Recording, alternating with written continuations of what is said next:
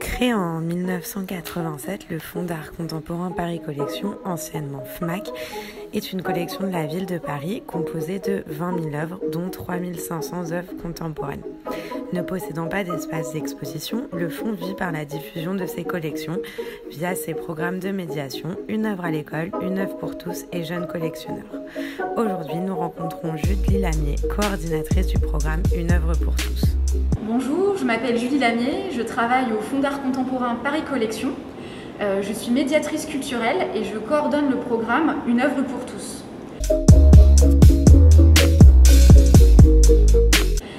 Ce programme d'action de médiation et d'activités artistiques et culturelles propose du coup de découvrir des œuvres d'art à partir de l'exposition d'une œuvre originale dans différents lieux.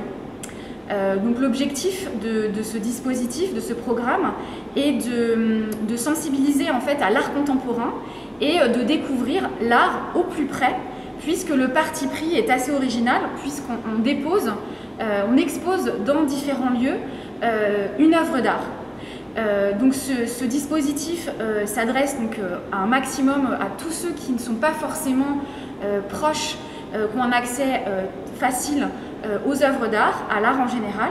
Et donc on vient installer une œuvre sur quelques mois dans différents lieux. Donc ces lieux peuvent être, ces partenaires, soit des centres d'hébergement et de réinsertion sociale, ça peut être également des centres sociaux, centres de loisirs, des établissements pour les personnes âgées dépendantes, ça peut être également tout un tas de lieux en tout cas, soit qui hébergent, soit en tout cas qui ont une activité, un fonctionnement qui s'adresse à un collectif. Donc c'est un dispositif qui s'adresse des plus jeunes aux plus âgés et avec différents partenaires. Donc ce sont soit des structures de la ville de Paris, soit des structures associatives. Nous travaillons notamment avec Emmaüs Solidarité, l'association Aurore, le SAMU social de la ville de Paris, l'Armée du Salut également. Alors effectivement, on s'adresse également à des partenaires culturels que je n'ai pas cités, comme les bibliothèques, les conservatoires, les théâtres. On a aussi à cœur d'intervenir dans ces lieux où les centres Paris animent, ou les centres sociaux et de loisirs dédiés à la jeunesse.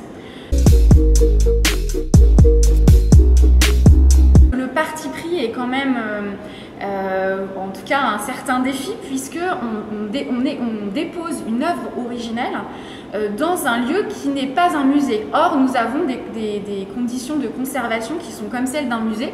Donc c'est vraiment un parti pris assez original.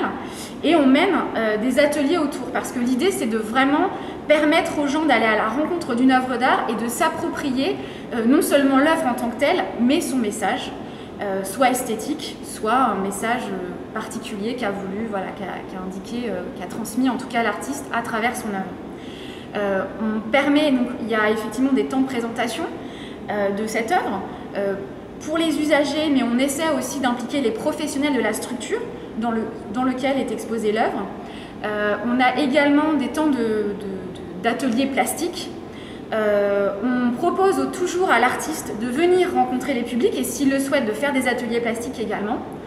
On peut aussi de temps en temps, de manière un peu exceptionnelle, de visiter nos réserves.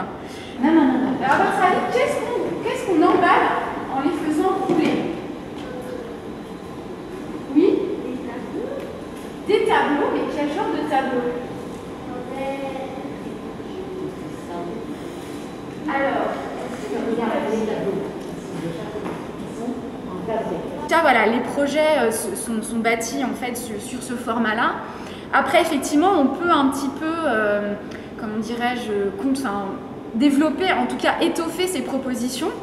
Par exemple, c'est le cas avec l'association Caracol et Habitat Humanisme, où on s'adresse à des résidents, à des habitants d'un immeuble.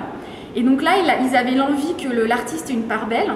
Donc c'est l'artiste Sabrina Belloir en fait qui intervient et elle va pouvoir, à travers plusieurs ateliers plastiques, mener un petit projet avec ses habitants où ils pourront eux-mêmes créer en tout cas quelque chose de, pas une œuvre, mais en tout cas quelque chose de plus conséquent que avec des ateliers de sensibilisation à l'art.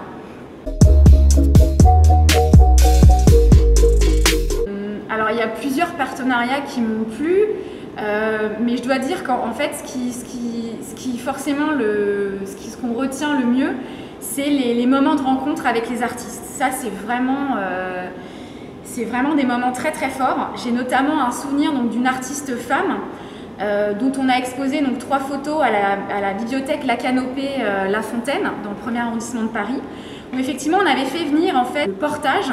Les bibliothèques en fait apportent des livres aux personnes qui ne peuvent pas se déplacer.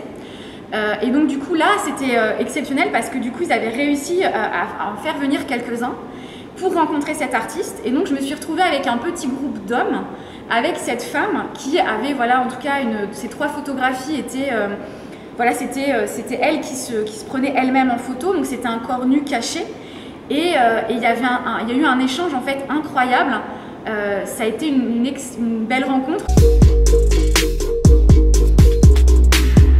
Alors, on intervient déjà dans les quartiers prioritaires de la ville de Paris, mais c'est vrai que je souhaite, en tout cas dans les prochains mois et les prochaines années, pouvoir développer en fait des projets plus en direction des centres sociaux et des quartiers populaires plus que ça ne l'est encore.